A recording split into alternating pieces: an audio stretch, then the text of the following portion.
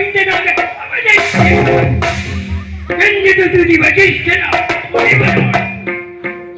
மேதினில் கொண்டதோர் சத்தியவந்தன்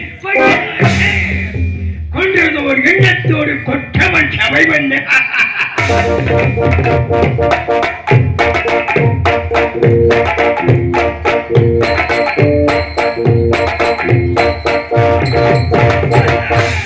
திடீரென்று தேவேந்திரன் ஒரு கேள்வியை கேட்டுவிட்டார்.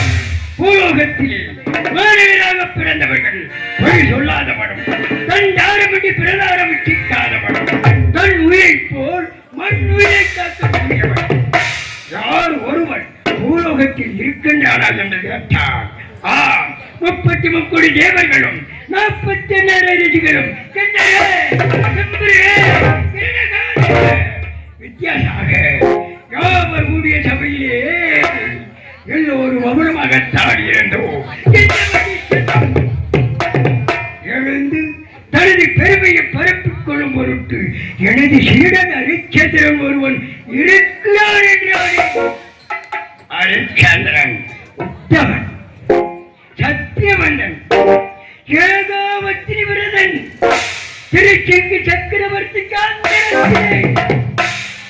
ஓர் சுவர்க்கத்தை அமைத்துக் கொடுத்தவனா அவன் புதல்வதானே அரிச்சந்திரன். அவனை பற்றி எனக்கு தெரியாத என்ன ஏனது சொல்ல வேண்டும். கூறுவது முற்றுழு போய்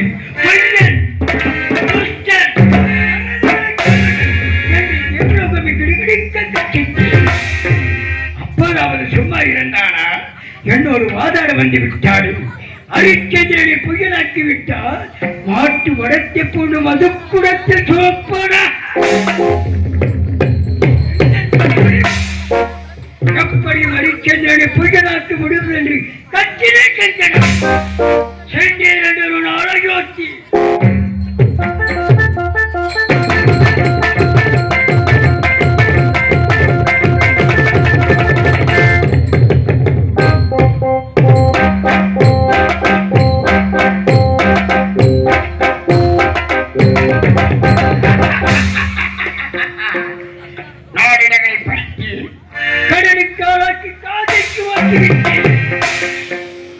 தேவனை அழைத்து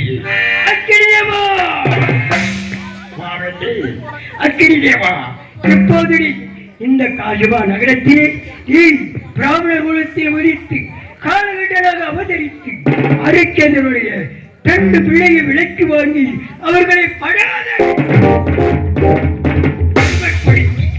எப்படியாவது அவர்களிடமிருந்து எனக்கு ஓர் வழியாவது வாங்கி தர வேண்டும்.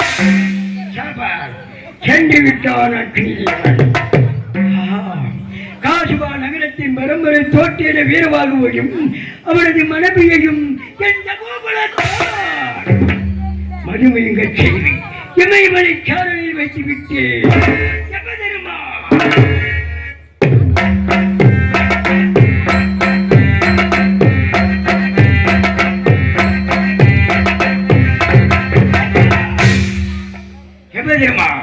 இப்போது இந்த காஜு மயானத்தில் நீ வீரமாக அவதரித்து அரிச்சந்திரனை கிரயம் செய்து அவனை சுடுகாடு ஆக்க வைக்க வேண்டும். சென்று விட்டான் யமதர்மன்.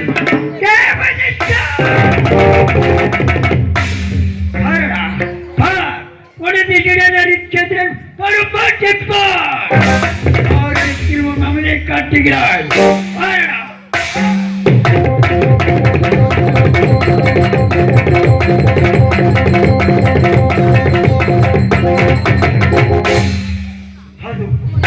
லோகிதாசன் மேலும் மனம் செய்கிறான்.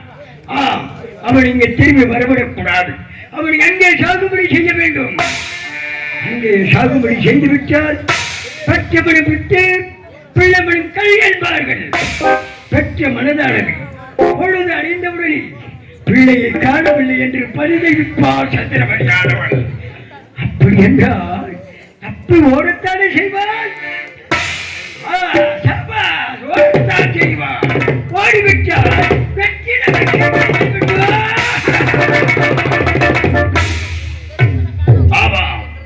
தேவர்கள் எல்லோரையும் அழைத்து விட்டோம். நீ யாரை அழைப்பது?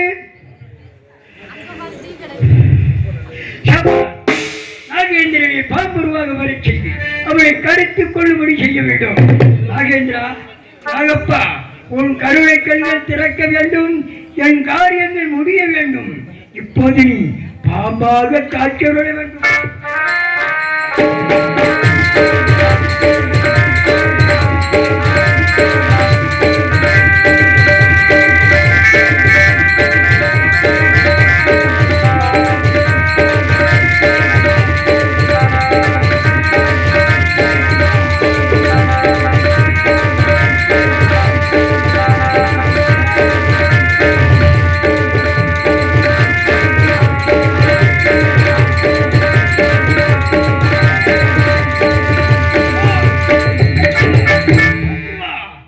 சென்று விட்டார்.